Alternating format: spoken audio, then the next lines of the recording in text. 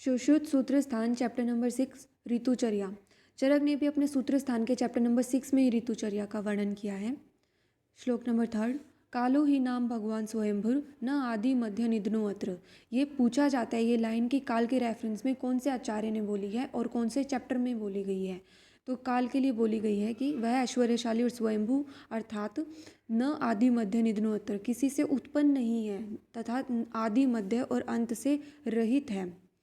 स सूक्ष्मामपि कला न लियत इति काल, वह काल अपनी सूक्ष्म कला तक भी नहीं ठहरता, अतः उसे काल कहते हैं। टाइम कभी किसी के लिए नहीं ठहरता ना, तो वह अपनी सूक्ष्म कला के लिए भी नहीं ठहरता है, अतः इसे काल कहते हैं।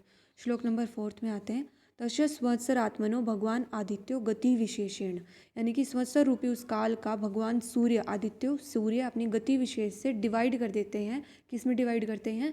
निमेष काष्ठ कला मुहूर्त अहोरात्र पक्ष मास ऋतु अयन संवत्सर और युग, इस तरह काल का विभाग करते हैं। अब निमेष जो होती है वह काल की सबसे छोटी यूनिट होती है और जो युग होती है वह काल की सबसे बड़ी यूनिट होती है। नेक्स्ट आते हैं तत्र लघु अक्षर उच्चारण मात्रो अक्षी निमेष, यानी कि लघु अक्षर के उच्चारण में जितना टाइम लगता है उसे अक्षी निमेष कहते हैं, फिर निमेष कहते हैं। पंचदशा अक्षी निमेषा काष्ठा, 15 अक्षी निमेष को मिला के एक काष्ठा बनती है। त्रिशत काष्ठा कला, 30 काष्ठा को मिला के एक कला बनती है। विशंति कलो मुहूर्त कलादश भागश्च, अब कला के 21/10 पार्ट को मिला के एक मुहूर्त बनता है। त्रिशत मुहूर्त अहोरात्र, और 30 मुहूर्त मिला के एक अहोरात्र बनता है। और पंचदशा अहोरात्राणी पक्ष, 15 अहोरात्र मिला के एक पक्ष बनता है। अब वो पक्ष जो होता है वो 2 टाइप का होता है, शुक्ल पक्ष और कृष्ण पक्ष। अब उन दोनों को मिला के एक मास बनता है। नेक्स्ट आते हैं तत्र माघ आद्यो द्वादश मासा संवत्सर, उक्त संवत्सर में माघ आदि 12 मास होते हैं। अब द्विमासिकम ऋतुम कृत्वा षड ऋतुओं भवन्ति, 2-2 मास की एक एक ऋतु होती है। 2-2 मास, जैसे कि माघ और फाल्गुन 2 मास हो गए, इन दोनों को मिला के एक ऋतु बन गई शिशिर। ऐसे ते शिशिर वसंत ग्रीष्म वर्षा शरद हेमंता, ये 6 ऋतुएं हो गई। अब उनमें तेषाम तप तपस्या शिशिर, तप हो गई माघ और तपस्या हो गई फाल्गुन, इन दोनों को मिला के शिशिर बनती है।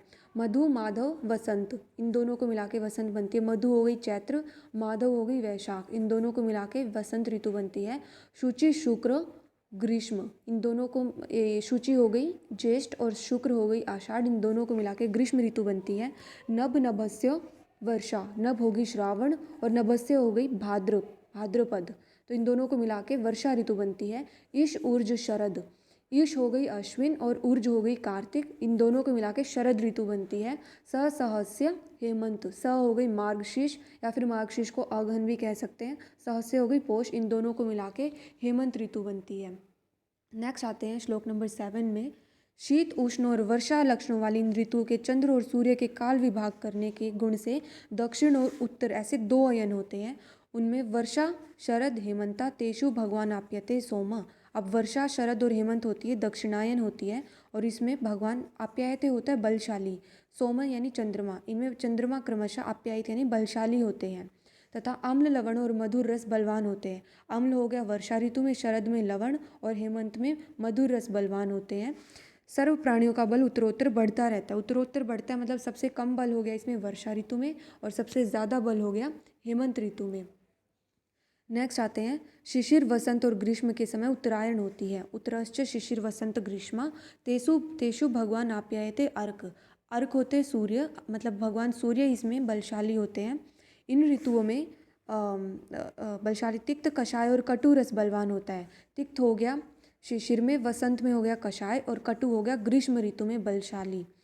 तो उत्तरोत्तर सर्व प्राणियों का बल क्षीण होता है, तो उत्तरोत्तर क्षीण होता है इसका मतलब सबसे अधिक बल हो गया शिशिर ऋतु में, वसंत में उससे कम और ग्रीष्म ऋतु में सबसे कम बल होता है। नेक्स्ट आते हैं वायु पालयति प्रजा, ये टर्म पूछी जाती है कि वायु के रेफरेंस में कहाँ पे दी गई है, कौन से चैप्टर में दी गई है, इसकी रेफरेंस इंपॉर्टेंट है कि वायु जो है वो प्रजा का पालन करती है।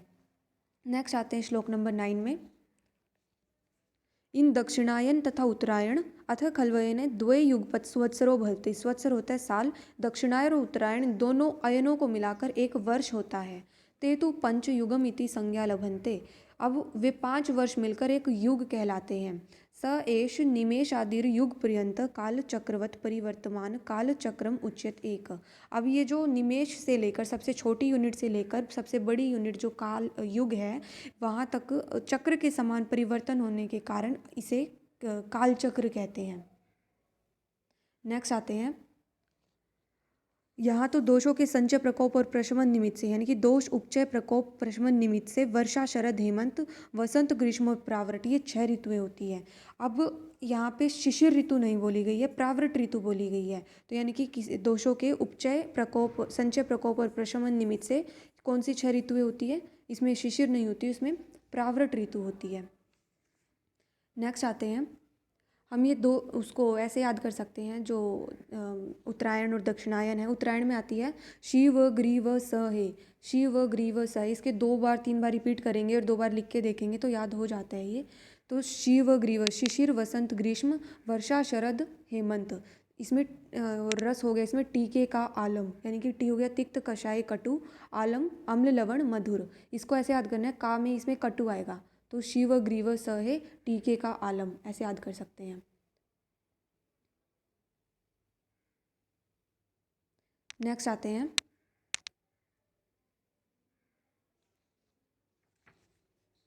इस पेज पे कुछ हमें ये याद करनी होती है कि वर्षा ऋतु में जो होती है औषधियाँ तरुण होने से अल्प वीर्य वाली होती है तथा जल पृथ्वी के मल से युक्त होने के कारण अप्रसन्न होते हैं। पृथ्वी अप्रसन्न होती है, जल पृथ्वी के मल से युक्त होने के कारण अप्रसन्न होता है। यानी कि वर्षा ऋतु में औषधियाँ होती है तरुण वीर्य वाली होती है।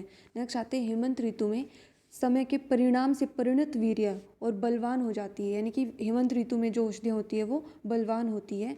नेक्स्ट आते हैं निदागे निसार रुक्षाति मात्रा लघव्यो, यानी कि निदाग होता है ग्रीष्म ऋतु के लिए, तो ग्रीष्म ऋतु में सार रहित रुक्ष और अत्यंत हल्की हो जाती है वही औषधियाँ।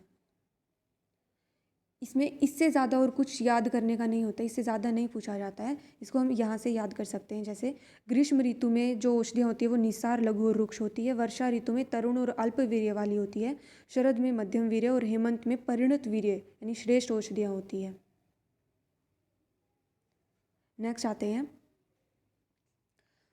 श्लोक नंबर इसमें वर्षा शरद ग्रीष्म में संचित तथा शरद वसंत और प्रावृट ऋतु में कुपित हुए दोषों का उचित समय पर निर्हरण करना चाहिए। यानी कि वर्षा में जो दोष संचित होता है उसका निर्हरण शरद में, हेमंत में जो दोष संचित होता है उसका वसंत में, और ग्रीष्म में जो संचित होता है उसका प्रावृट ऋतु में निर्हरण करना चाहिए, यानी कि उसे निकालना चाहिए। यहाँ पे विमर्श में एक लाइन लिखी हुई है, ये श्लोक नंबर ये चैप्टर नंबर 21 में आएगी आगे शिवश्रुत के ही सूत्र स्थान के। संचय अपहता दोषा लभन्ते न उत्तरगता ते तु उत्तरासु गतिषु भवन्ति बलवंतरा। यानी कि जो संचय अपहता, संचय अवस्था में ही दोषों का अपहरण यानी कि उन्हें खत्म कर देना चाहिए, अपहरण कर देना चाहिए। दोषा लभन्ते न उत्तरागता, यानी कि उन्हें उत्तर गति में आगे जो संचय अवस्था से प्रकोप अवस्था प्रसर अवस्था, ये 21 चैप्टर में सारा डिटेल में आएगा, तो उसमें नहीं जाने देना चाहिए। ते तो उत्तरासु गतिषु भवन्ति बलवंतरा, क्योंकि वो उत्तरोत्तर गति में जाते जाते वो दोष जो होते हैं बलवान होते जाते हैं, तो उन्हें निकालना मुश्किल होता है। इस वजह से संचय अवस्था में ही उनको निकाल लेना चाहिए, निर्हरण कर लेना चाहिए। नेक्स्ट आते हैं पित्तजन्य रोगों का शमन हेमंत में, कफजन्य रोगों का शमन ग्रीष्म में और वातजन्य रोगों का शमन शरद ऋतु में स्वभाव से ही हो जाता है। ये स्वभाव इम्पोर्टेंट है कि इनमें जो रोगों का शमन होता है वो स्वभाव से ही हो जाता है। नेक्स्ट आते हैं तत्र पूर्वाने वसंतस्य लिंग। ये ऋतुओं का जो है एक दिन से तुलना की गई है कि उस दिन के पूर्व भाग में वसंत ऋतु के लक्षण होते हैं, यानी कि जो दिन होता है उसके पूर्वाहन में सबसे सुबह का जो टाइम होता है तब वसंत के लक्षण होते हैं। मध्याह्ने ग्रीष्मस्य, यानी कि मध्याह्न जो होता है उसमें ग्रीष्म ऋतु के लक्षण होते हैं। अपराह्ने प्रावृट, अपराह्न में प्रावृट ऋतु के लक्षण होते हैं। और प्रदोषे वार्षिकम, यानी कि प्रदोष होता है किंचित दिन अवशेष, यानी कि थोड़ा सा दिन ढलने का टाइम, थोड़ा सा टाइम रह गया है, तब जो होता है संध्या के समय वर्षा ऋतु के लक्षण होते हैं। आधी रात में शरद ऋतु के शरद अर्धरात्रि, आधी रात में शरद ऋतु के लक्षण होते हैं। और प्रत्यूषित हेमंते उपलक्ष्येत। और सूर्योदय के पूर्व जो ब्रह्म मुहूर्त का काल होता है उसमें हेमंत ऋतु के लक्षण होते हैं। नेक्स्ट आते हैं उन श्लोक नंबर 18 में उन ऋतुओं के व्यापक अदृष्ट से होती है। शीत उष्ण वायु और वर्षा का वैपरीत्य औषधियों और जल को बिगाड़ देता है, यानी कि उन ऋतुओं का जो वैपरीत्य होता है वो औषधियों को और जल को बिगाड़ देता है। तो क्या होता है, विकृत हुई इन औषधियों तथा जल के सेवन करने से अनेक प्रकार के रोगों का प्रादुर्भाव अथवा मरक भी उत्पन्न होता है। ये यहाँ पे इम्पोर्टेंट है कि सुश्रुत ने जनपदोध्वंस के लिए क्या टर्म यूज़ की गई है, मरक टर्म यूज़ की गई है। सुश्रुत ने मरक टर्म यूज़ की है, चरक ने जनपदोध्वंस और भेल ने जनमार टर्म यूज़ की है उसी के लिए। और जो चरक है उन्होंने इसमें जनपदोध्वंस में क्या माना है, वात जलम जलाद देश देशात, ये चीज़ें दूषित होती है, ये माना है। वीजे डी के वी हो गया वात जल देश और देशात। नेक्स्ट आते हैं, यहाँ पे और इम्पोर्टेंट नहीं है, पढ़ लेना। इसकी चिकित्सा बताई गई है लास्ट वाले श्लोक में। स्थान परित्याग शांति क्रम, यानी कि जो ये आ जाता है जनपदोध्वंस आता है तो वहाँ पे स्थान परित्याग कर देना चाहिए, यानी कि अगर एक जगह वो डिजीज़ फैली हुई है तो वहाँ का त्याग करके दूसरी जगह पे चले जाना चाहिए। स्थान परित्याग या और शांति क्रम ये बोले गए हैं। नेक्स्ट आते हैं, ये ऋतुचर्या आ गई, मतलब ऋतु के लक्षण आ गए। सबसे पहले आते हैं हेमंत ऋतु में क्या होता है, वायुर्वात उत्तर शीतो रजो धूमाकुल दिशा, यानी कि हेमंत ऋतु में उत्तर की ठंडी हवा चलती है। ये याद करना होता है कि हेमंत में उत्तर की दिशा चलती है। इसको ऐसे याद कर सकते हैं कि हेमंत हे बोलते हैं और जब कोई हे बोलते हैं और जब कोई जवाब नहीं देता यू भी बोलते हैं आगे, हे यू। तो हेमंत में उत्तर दिशा की हवा चलती है। रजो धूम आकुल दिशा, यानी कि चारों दिशाएं धूलि और धुएं से व्याप्त रहती है। सूर्य तुषार से आच्छादित रहता है, तड़ाग आदि जलाशय से ढके रहते हैं। काक गेंडा महिष भेंडा और हस्ती अपने मद से दर्पित रहते हैं। नेक्स्ट आते हैं रौद्र प्रियंगु और पुन्नाग। ये क्वेश्चन पूछा जाता है, रौद्र प्रियंगु और पुन्नाग पुष्पित, ये कौन सी ऋतु में पुष्पित होते हैं, तो ये हेमंत ऋतु में पुष्पित होते हैं। नेक्स्ट आते हैं शिशिर के। शिशिर में शीतम अधिकम वातवृष्ट आकुला दिशा, शिशिर में शीत अधिक होती है और दिशाएं वायु और वर्षा से व्याकुल रहती है। शेषम हेमंतवत, बाकी सारे सिम्टम जो होते हैं उसके हेमंत वाले ही होते हैं। नेक्स्ट आते हैं वसंत ऋतु। वसंत ऋतु में सिद्ध और विद्याधरों की वधुओं के चरणों में लगे हुए अलक्त से अंकित मलय गिरी के उत्पन्न चंदन पर ढकी हुई चमेली मालती आदि लताओं से आलंगित सुवासित कामी जनों को आनंद लेने वाली। ये पूछा जाता है कि कामी जनानंद जननो अंग दीपना दंपत्योर मान विदुरो वसंते दक्षिण वनिला, वसंत में दक्षिण की हवा चलती है। तो ऐसे याद कर सकते हैं, वसंत ऋतु होती है अच्छी फ्रेश ऋतु होती है, अच्छी लगती है वो सबको। और जो दक्षिण होता है, दक्षिण में जैसे केरला होता है वो भी फ्रेश ग्रीन सा होता है बहुत ज़्यादा। तो वसंत में दक्षिण की हवा चलती है। और तो या फिर ऐसे भी याद कर सकते हैं, बीडी होती है ना ट्वाइस अ डे, तो बसंत होती है, बसंत में दक्षिण की हवा चलती है। और इसमें दंपत्य और मान विदुरो, ये क्वेश्चन आया हुआ है कि स्त्री और पुरुषों के परस्पर मान का भेदक होती है वसंत ऋतु। नेक्स्ट आते हैं किंचुक भोज बकुल आदि, ये जो होते हैं आम्र और अशोक आदि वृक्षों के पुष्पों से सुशोभित होती है। तो ये सारे पुष्प इसमें वसंत ऋतु में होते हैं। नेक्स्ट आते हैं ग्रीष्म ऋतु। ग्रीष्म ऋतु में मारुतो नैऋत्य जो होती है दिशा, उसकी हवा चलती है। तो इसको ऐसे याद कर सकते हैं, ग्रीष्म में जो र आता है वो ऐसे आता है और नैऋत्य में भी र ऊपर चढ़ जाता है, तो ये अलग से दोनों। तो इसको ऐसे याद कर सकते हैं कि ग्रीष्म में नैऋत्य कोण की हवा चलती है।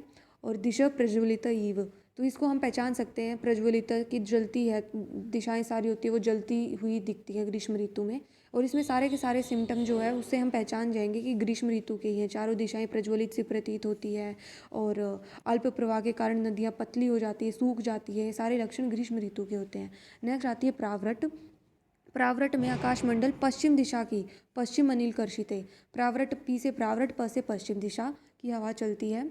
उसमें बिजली की चमक के साथ कुछ बरसने वाले और भयंकर गर्जन करने वाले मेघों से व्याप्त रहती है। और उसमें ये क्वेश्चन पूछा जाता है, कोमल श्यामा शश पाढ़या शक्र गोप उज्ज्वला मही, यानी कि कोमल तथा श्याम रंग की घास से व्याप्त, कोमल तथा श्याम रंग की घास से व्याप्त एवं शक्र गोप होते इंद्र बहुटी, इससे उज्ज्वल तथा ये एक लाइन पूछी जाती है। और फिर नेक्स्ट ये क्वेश्चन भी बनता है कि ये पुष्प या फिर ये पेड़ जो किस में आते हैं, कदम्ब नींब कुटज सर्ज केतकी भूषिता। ये सारे के सारे किस में आते हैं? ये प्रावृट ऋतु में आते हैं। नेक्स्ट आते हैं वर्षा ऋतु। वर्षा ऋतु में नदियाँ जल से पूर्ण होकर अपने प्रबल प्रवाह से तीर के ऊपर स्थित पेड़ों को उखाड़ देती है।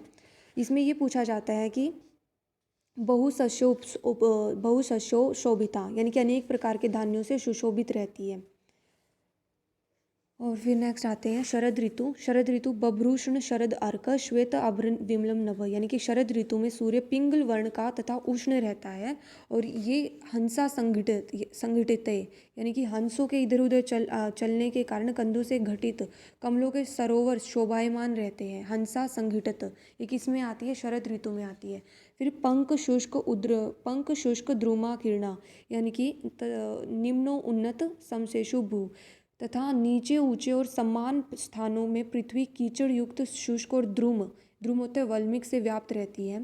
तथा बाण सप्ताह बंदूक काश सन विराजिता, इनसे व्याप्त रहती है। तथा झिंडी सतोना गुलपैया, ये नहीं पूछा, ये हिंदी नहीं याद करनी होती, इनकी हिंदी नहीं पूछी जाती है। ये बाण सप्ताह बंदूक कश काश, यही टर्म संस्कृत वाली टर्म जो होती है वही याद करनी होती है, वही पूछी जाती है।